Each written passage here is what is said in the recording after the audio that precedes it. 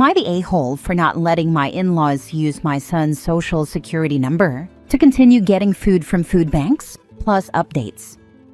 Original post. My husband, 30 male, and I, 31 female, recently received a phone call from my father-in-law, 54 male.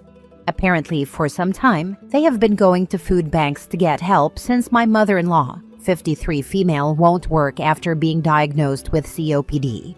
They have been telling the food banks that they are taking care of their grandson, my son. The food bank has allowed them to receive food, but just recently asked them for my son's social security number so that they can continue getting food from them.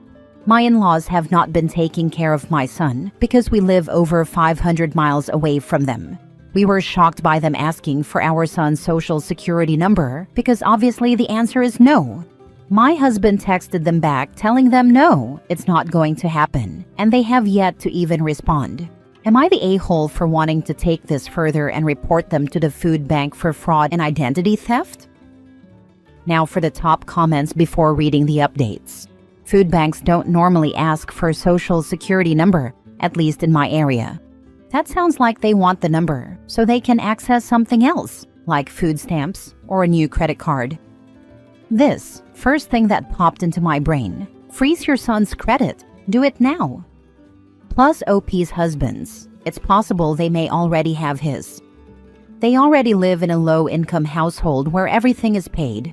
We've tried talking to them about money management, but my mother-in-law always storms off and refuses to talk once we voice our opinions and offer other solutions and programs that could help them.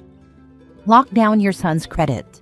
A food bank is never going to ask for anyone's social security number. Their mission is to serve people in need. Your in-laws want the social security number so they can open credit accounts in his name. This also means their credit is terrible.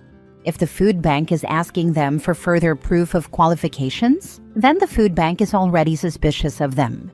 Never underestimate the ability of people to be really crappy to others, especially their own family. It's much easier to steal from family than strangers. Lock down your own and your spouse's credit too. They have your husband's social security number, and desperate people do desperate things.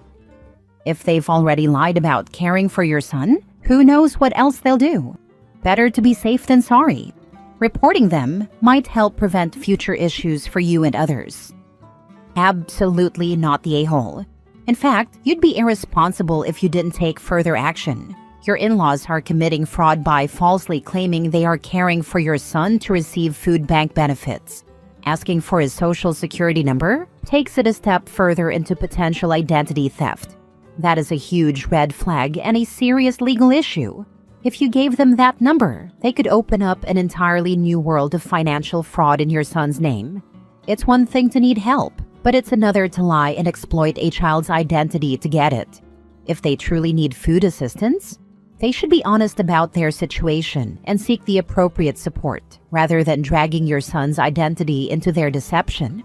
I understand they may be struggling, but their desperation does not justify committing a crime, especially one that could impact your son's financial future. Reporting them to the food bank is the right thing to do. They are taking resources away from families who actually qualify and need them. Their lack of response after being told no speaks volumes. They know what they are doing is wrong. Stay firm, protect your son, and absolutely report it. Now for the first update. We have found a food bank, and they do not take social security numbers. So we have locked and checked everything to make sure our son's identity is safe, and ours as well. No social security number was given to them, because we know better than to jeopardize our identity and our son's identity. We are going to confront them about what we have found and see if they will give us the truth so we can determine where to go from here. Thank you all for your advice, even the negative feedback. It has helped us find a conclusion to this crazy mess. Final update. So we have yet to get a response about the situation, but I explained what happened to my best friend, and she agreed it was shady. We were thinking they were on drugs since this was such a shady situation. Some digging happened, and some information was exchanged, leaving names and how the exchange happened out. Turns out that mother-in-law was going to start work again, but then they got food stamps, so she stopped trying to get a job. but the food stamps got denied, so they were trying to get back on by trying to get approved once again. We put the dots together and found out they were going to try and use my son so they could get food stamps. It would be a different story if they were actually taking care of my son, which they are not. I am half tempted to bring this information to my in-laws and let them know that I know why they were trying to get my son's social security number and that they have been caught in a major lie and will probably never receive any more help from us. We did not report them because nothing happened. Other members of the family are okay and safe from this happening to them. We will probably never get a response back from them about this situation, but they will most likely be asking for help soon enough, which my husband and I agreed we are no longer providing in any way. Thank you all for your comments. This will be the last of this post. Next story. Update. My husband spent $10,000 on Pokemon slabs without telling me, forgot my birthday, and we are struggling financially. Am I overreacting for wanting a divorce? Original post. I just found out that my husband spent $10,000 on Pokemon slabs that he said were for Christmas and my birthday. I'm physically shaking. I had no idea he was spending that much. I assumed maybe $500 to $1,000 at most. When I checked our bank account and credit reports, I was shocked. 11 years together. I called him and he admitted to spending $10,000. The worst part is that these were not even cards I wanted or collections I am into. It was a nice thought, but I was not thrilled by them. To top it off, he completely forgot my birthday on the actual day. He did not say anything until halfway through the day, did not get me a card, flowers, coffee, or anything at all. Even when I suggested we celebrate over the weekend, he made no effort. Financially, we are struggling. Our mortgage is $10,000 this month because of property taxes and home insurance. Our house is on the market, but it is not selling because of the high price tag. It's already marked at the lowest we can go with no profit. We had just paid off all of his credit cards in December, bringing them down to 9% utilization so we could focus on paying off mine. My credit card debt is from necessary home repairs, like replacing an electrical panel to prevent a fire, and I had been putting groceries on there to protect our cash for mortgage payments, not random purchases. At this point, I blocked his number and told him I want a divorce. He has always had a problem with saving money, and I feel completely disrespected and steamrolled, especially given our financial situation. Am I overreacting? I just need advice or a gut check because I feel like I have reached my breaking point. I wouldn't call this an overreaction. That was an incredibly selfish, incredibly idiotic thing for him to do. You don't mention kids, so if you haven't had them yet, you can leave and be free of this kind of fiscal elementary school planning. No children. Sell the cards. Stop waffling. Sell all and any cards. Collectibles are for those who can afford it. You two are not ready. I don't disagree. We had collected the 2023 SNV as it was our childhood memories. I was definitely okay with it, and it was something we did together. This feels like a pure betrayal of trust. We talked about buying slabs together, as they are expensive, and we wanted to choose together. We had that conversation multiple times when we talked about collecting, adding further betrayal to the situation. Considering he waited until his debt was gone before thinking he could buy whatever, and conveniently ignored that you still had debt that the pair of you were going to tackle next, does he think of your debt as something that matters in his world at all? Because it doesn't sound like a partner. Did you ever pitch tackling both of your debts, such as paying down one of his cards and one of yours instead of several of his? Did he ever shoot that idea down? This is so spot on, it's scary. I don't think he considers it part of his world at all. I have felt single for a long while. We've actually done that before as well. Then something would come up, medical or something big with the home, and I would be the one to take care of it. Every piece of my debt is for the house or medical, with the exception of some travel for a family emergency. Edit. What is a Pokemon slab? A Pokemon slab refers to a plastic case, often called a slab in the collecting world, that encapsulates a graded Pokemon card, protecting it from damage while also displaying its condition and value. typically provided by a third-party card grading company like PSA, Beckett, or CGC. Essentially, it's a permanently sealed container that holds a professionally assessed Pokemon card, like an engagement ring appraisal. Now for the update. I am safe. I have contacted a lawyer.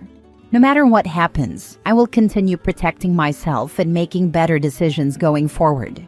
I also took screenshots and went through his phone completely. While we have no children together, we do have a decade and a lot of love for one another. He was surprisingly open to giving up control and acknowledged his addiction. He admitted he always knew it was something, but as each new hobby came along, they became more and more expensive. He was not angry when I confronted him, but he did break down in tears. We talked, and while I want to keep identifying details private, I can say that he is getting help, and I now have full financial control. He attended a meeting for Shoppers Anonymous, and we believe he has compulsive spending disorder. Thanks to this community, I realized how serious collector addiction can be. I would not have gone to a lawyer or even known where to start if it weren't for the advice I received here. Reddit is honest and they know what's up, which is why I came here for help. Addiction is a long, difficult journey, and I will hold myself accountable to ensure I don't ignore red flags. Where we stand now: 1. He has agreed to all my terms. 2. I have full financial control. 3. We will sell the cards. 4. He is working to sell other items from past hobbies. 5. We will have weekly financial meetings. 6. He will go to individual therapy and meetings. And lastly, we will go back to marriage counseling. After reviewing the finances, it was actually $7,000 spent on cards, not $10,000. The other $3,000 were smaller charges, like work lunches and Starbucks. That still adds up. We are working on selling the cards. Other important changes. He has promised to be a better husband and stop acting like a child. He recognizes his behavior. He has also acknowledged that his selfishness has affected other areas of our life, like in our support system, and he is working to change that. We both understand that this is a lifelong addiction that will require daily effort. We each have to make that choice individually as to how we want to proceed. I know it's easy to say just leave him, but marriage is not that simple. Sometimes one partner is at 10% while the other is at 90%. Right now, he is at 10%. 2 years ago, I was the one at 10% and he stuck by me. He gave me the chance to change, and I did. Now it is my turn to offer him the same opportunity. I will not give him a second chance beyond this, but I believe everyone deserves at least one. I'm not sure if I will post another update. Always a shame when someone comes to Reddit and they are set to make the right choice, then you get an update that they're going back on everything. Hey, good luck. It's your time to waste, I guess. I can understand your perspective. I've still contacted a lawyer. There's not much I can do for 90 days anyways where I am. I didn't see the original post, but appreciate the update. As you said, marriage is a partnership where you see each other through ups and downs, and not everything is a leave him situation. It's good he acknowledged his problem. Honestly, the saddest part of your update is that $3,000 of the amount spent was on dumb things like Starbucks. At least with the slabs, you can sell them and hopefully recoup a good portion of your losses. It's a lesson to all of us in how the little things really add up. Good luck, OP. I know that $3,000 actually hit him harder. Thanks for your kind words. Getting torn apart here. Can't make people understand my perspective though. Last story. Am I the a-hole for not moving back home for sister's baby on the way? I, 26 female, moved states for a travel SLP job to make great money and explore. Normal 20s stuff. My sister, 30 female, got married recently and is expecting her first baby. She and my parents want me to move back home and help with the baby. My sister says I don't care about her pregnancy, can't be mad when my niece won't know me, and that I'm weird for wanting to live that far away. I haven't even hit 2 years here, and I like it. I travel back home monthly anyway, so I won't be a stranger to my niece, but she'd argue, yell, scream, and stonewall me for days. She and her husband took over my lease and ended up never leaving. I also didn't want to uproot them after they made the house their home during the engagement, wedding, baby on the way, etc. We all agreed it made more sense for the newlyweds to get our old childhood home anyway, as opposed to me living there alone. Our parents always reiterate that the house is still both of ours, that the door is open to both their daughters. All my furniture is still there though: TVs, sofas, tables, beds, dressers, etc. With travel work, you just bring yourself, necessities, and clothes. The company provides furnished housing. My sister's been picking fights with me weekly over little things: not answering or returning her call when I'm busy, not being available every time she wants to talk or vent for hours, not wanting to leave Texas.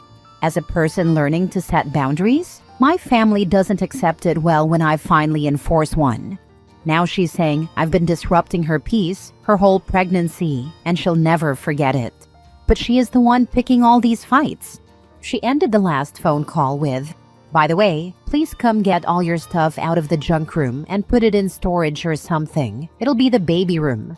I said I'll just get all my things, and I do mean everything, since I just got my own place in Texas. I flew in Monday night, began the move Tuesday morning. I furnished the whole house while I stayed there, so all the furniture, appliances, decor are mine, no question. She called from work demanding I wait until Saturday when she's off, because I don't feel comfortable with you moving things around at the house while I'm not there. You could take something that's not yours, and there aren't any cameras. I felt like, wow. I trusted them to live on top of my stuff, use my dishes and appliances, sleep on my beds, replace my things with theirs in dressers and closets, and move my stuff wherever they wanted for 2 years. I was offended to not be able to get my things from Tuesday to Saturday, knowing I leave Sunday, is asinine. Her husband even told me she throws away my things all the time. They argued once because he told her that's wrong.